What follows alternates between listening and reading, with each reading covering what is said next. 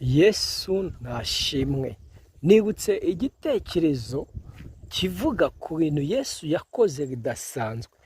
Yesu rimwe yari ari kuvuga ubutumwa mu mudugudu umwe.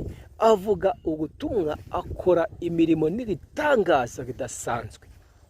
Akiza indwara, yirukanaga dayimoni, ndetse agera ku rwego rwo gusengera abantu bakumva neza ko buzuye ubwami bw'Imana.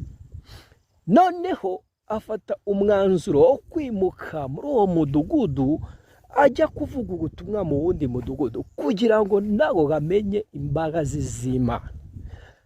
Agenda aca mu kibaya aho abahinzi bari guhinga amasaka. Igitangaza yakoze ni uko mu kibaya yaciyemo abahinzi bahinga amasaka.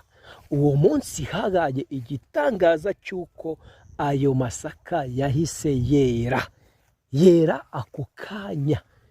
Ni ibintu udashobora gusobanura cyangwa kuvuga ugaragaze buryo ki umuntu ashobora guhinga ibyari guhinga bikahita byera.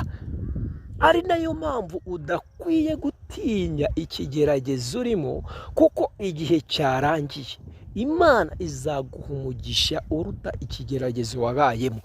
Ntugatinye, ntukumve yuko ibyawe byananiye Imana. Ifite ubushobozi bwo kuzura ibyapfuye, ifite ubushobozi bwo kuhumura ibyahumye. Byose irabishoboye. Izere ko Yesu ashoboye byose. Muri byose Yesu ashoboye, ndagira ngo ubwire Satani yuko mu byashoboye harimo n'ibyawe.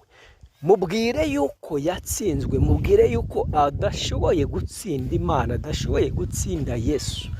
Mubwire yuko wavuganye n'Imana yuko izakugirira neza, nubwo itarabikora iri mu nzira yo kugira ngo ibikore. None Imana ishaka kugira ngo izagukorere igitangaza, abantu bazabyumva, bazakire agakiza, kuko Imana yakoze ibidasanzwe.